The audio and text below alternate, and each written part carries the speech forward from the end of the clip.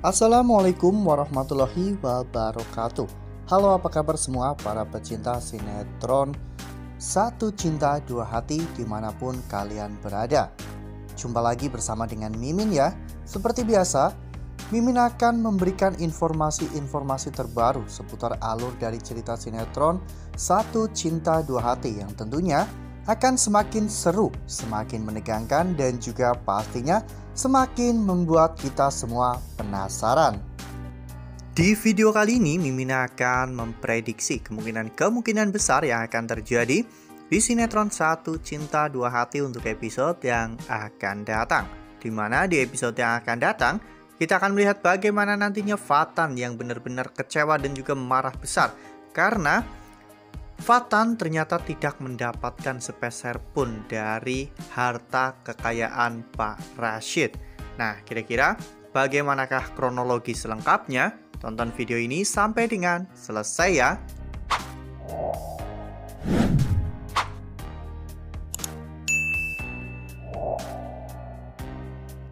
Seperti yang telah kita ketahui bahwa di episode sebelumnya, kita semua telah sama-sama menyaksikan bagaimana kesedihan semua orang ketika Pak Rashid akhirnya dinyatakan meninggal dunia. Ridho dan juga Tania bahkan Bu Yana tidak bisa menutupi rasa kesedihan mereka. Bahkan Bu Yana pun terlihat begitu sangat histeris.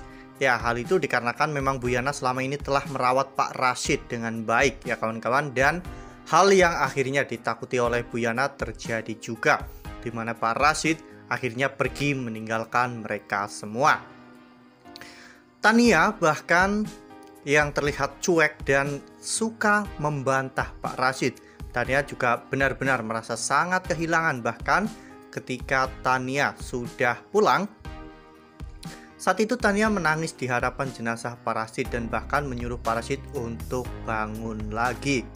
Hal berbanding terbalik justru malah dirasakan oleh Fatan dan juga Alisa, di mana pada saat itu Fatan dan juga Alisa justru malah merasa sangat bahagia dengan kematian Pak Rashid. Ya, meski Bu Lydia juga tidak terlihat bersedih, namun Bu Lydia masih mending ya kawan-kawan, karena Bu Lydia bisa menyikapi semua ini. Berbeda dengan Fatan dan juga Alisa, mereka berdua benar-benar terlihat sangat mencolok sekali ya kawan-kawan. Mereka benar-benar terlihat bahagia. Bahkan Fatan sampai menelpon teman-temannya ya kawan-kawan untuk mengajak mereka semua melakukan party. Terserah mereka mau memilih di mana, entah di Bali, di Madrid, ataupun di Barcelona. Fatan akan mentraktir mereka semua. Fatan lakukan semua ini tentunya karena memang Fatan sedang merasa bahagia. Hal yang paling buruk yaitu ketika Fatan menanyakan kepada Bu Lydia tentang surat wasiat ya kawan-kawan. Apakah Bu Lydia sudah menelpon pengacara untuk menanyakan surat wasiat atau belum? Namun Bu Lydia mengatakan bahwa ini bukanlah waktu yang tepat untuk membahas semua itu, karena Pak Rashid saja masih belum dimakamkan. Namun Fatan yang memang serakah, Fatan mencoba untuk menghubungi Pak Krishna ya kawan-kawan, atau pengacara keluarga Pak Sudirja. Dimana pada saat itu Fatan mengatakan bahwa dirinya sudah tidak sabar untuk mengusir Ridho dari rumah mewahnya, karena Fatan begitu sangat yakin kalau ternyata semua harta kekayaan Pak Rashid akan diwariskan kepada keluarga Bu Lydia. Nah, sebelum lanjut di video kali ini, Mimin sarankan agar teman-teman menekan tombol subscribe dan juga nyalakan lonceng notifikasinya.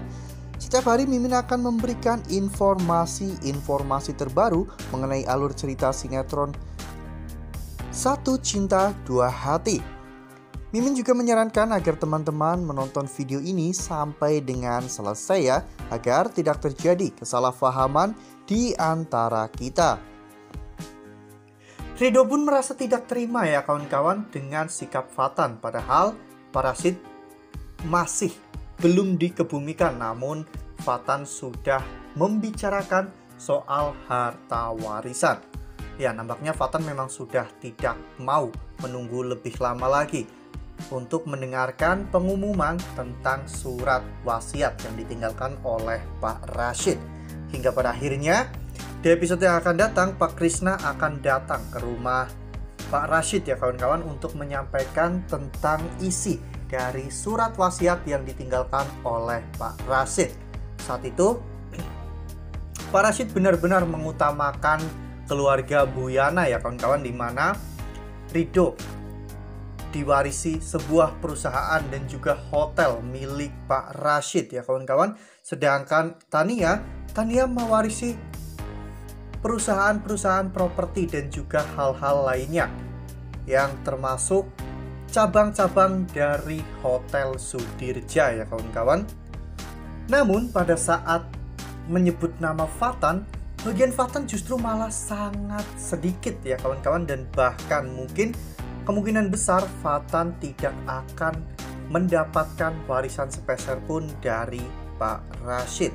Ya, mengapa Pak Rashid sampai tidak memberikan harta warisan kepada Fatan? Kemungkinan besar Pak Rashid sudah tahu bahwa Fatan bukan anak kandungnya.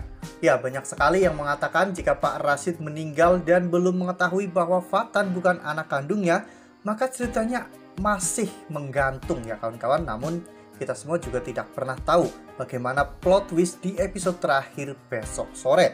Kemungkinan besar orang suruhan Pak Rashid telah menemukan siapakah ibu kandung Salwa dan akhirnya tahu bahwa ibu kandung Salwa itu adalah Bu Lydia.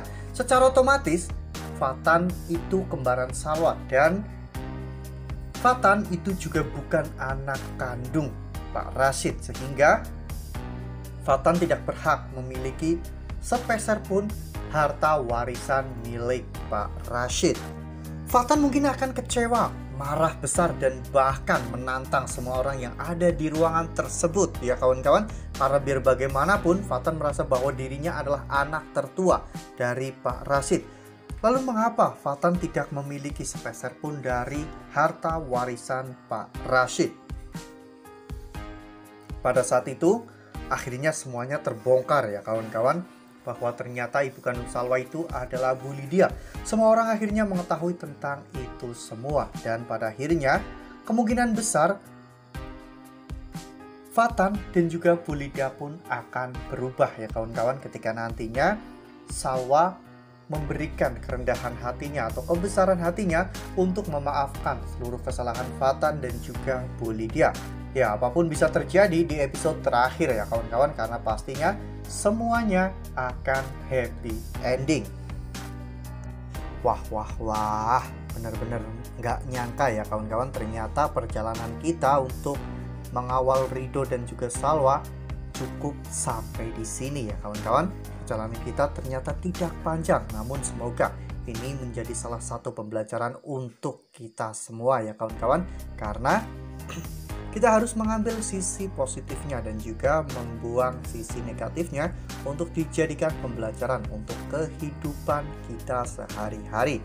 Nah, itu adalah prediksi dari Mimin. Lalu bagaimana dengan prediksi teman-teman semua? Tuliskan pendapat teman-teman semua di dalam kolom komentar ya.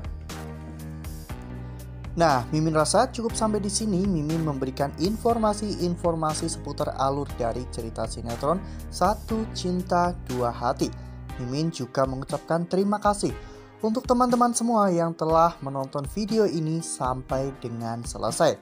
Ambil sisi positifnya dan juga tinggalkan sisi negatifnya, karena cerita ini hanyalah 50 belaka.